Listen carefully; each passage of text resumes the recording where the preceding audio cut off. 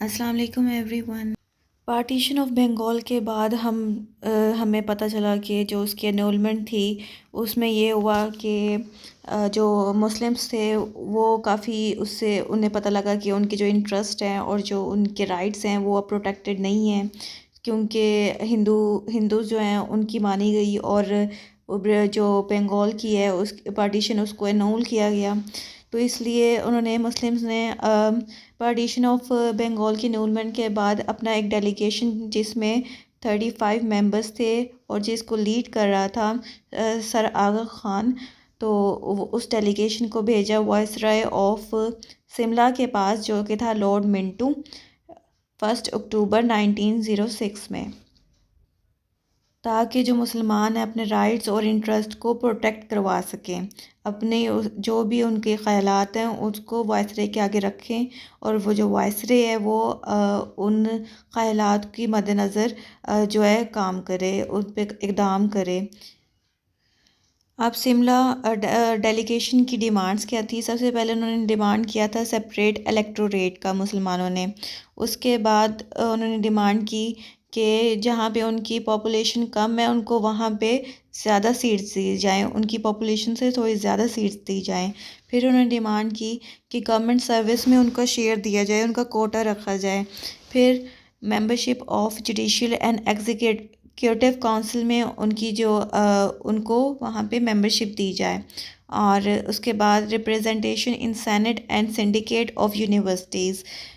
اس کے بعد making of Muslim university, الگ سے مسلم یونیورسٹی بنائے جائے، جو ان کا محمدن اینگلو اورینٹڈ کالج علی گڑھ تھا اس کو یونیورسٹی کی حیثیت دی جائے۔ تو ان ڈیمانڈز کو منٹو کے سامنے جب انہوں نے رکھا تو منٹو نے اپنا اس ڈیمانڈ سے ایگری کیا، اور جو سپریٹ الیکٹوریٹ کی جو ان کی پوائنٹ تھا ان کے شملہ ڈیلیگیشن کو بھیجنے کا، تو اس نے کہا کہ میں نیکسٹ جو بھی ہم کانسٹیٹیوشن بنائیں گے تو اس میں اس سپریٹ الیکٹوریٹ کی بات ہوگی، اور جو بھی اور ڈیمانڈز ہیں جتنا ہو سکے اس کو کنٹریبیوٹ کیا جائے گا۔ شملہ ڈیلیگیشن بھیجنے کا یہ فائدہ ہوا کہ یہ بیسس بنا پاکستان موومنٹ کا، اسلامک آئیڈیالوجی کو اس نے سیکیور کیا، پھر protection of Muslim rights and interest. اس کے بعد یہ ایک سورس بنا مسلم لیگ کی اسٹیبلشمنٹ میں، ایز اے پولیٹیکل پارٹی اس کی اسٹیبلشمنٹ میں یہ ایک سورس بنا۔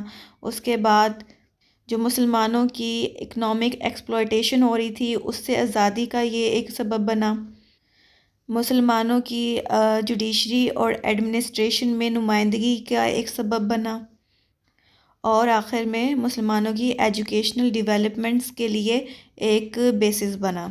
تو یہ سب کچھ امپورٹنس بنی شملہ ڈیلیگیشن کی۔ منٹو مورلے ریفارمز کے بارے میں جو کہ آیا تھا 1909 میں۔ منٹو جو تھا وہ لارڈ وائسرے تھا شملہ کا، اور مورلے جو تھا وہ وزیر تھا۔ تو جب 1906 میں جو مسلمان تھے انہوں نے اپنی جو ایک ڈیلیگیشن ہے وہ بھیجی تھی لارڈ منٹو کو، جس میں وہ اپنے انٹرسٹ اور رائٹس کی بات کر سکیں، تو اس میں انہوں نے اپنے سپریٹ الیکٹوریٹ کی بھی بات کی تھی، تو جس پہ منٹو صاحب نے کہا تھا کہ جو بھی اگلا ایکٹ آئے گا تو اس میں اس بات کو شامل کیا جائے گا، اور یہ ہوا بھی تھا کہ کچھ باتیں جو مسلمانوں نے اور بھی اس کے بارے میں کے علاوہ جو اپنے انٹرسٹ کی باتیں کی تھیں وہ اس ایکٹ میں مان لی گئی تھیں۔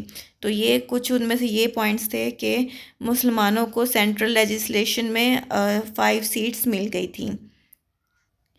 اس کے علاوہ 18 out of 284 seats from provincial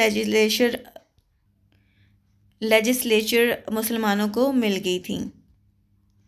اس کے بعد جو مسلمانوں نے سپریٹ الیکٹوریٹ کی بات کی تھی اس کو اس ایکٹ میں مان لیا گیا تھا۔ تو سب سے پہلے جو سپریٹ الیکٹوریٹ کی جو بات مانی گئی وہ مانی گئی 1909 میں،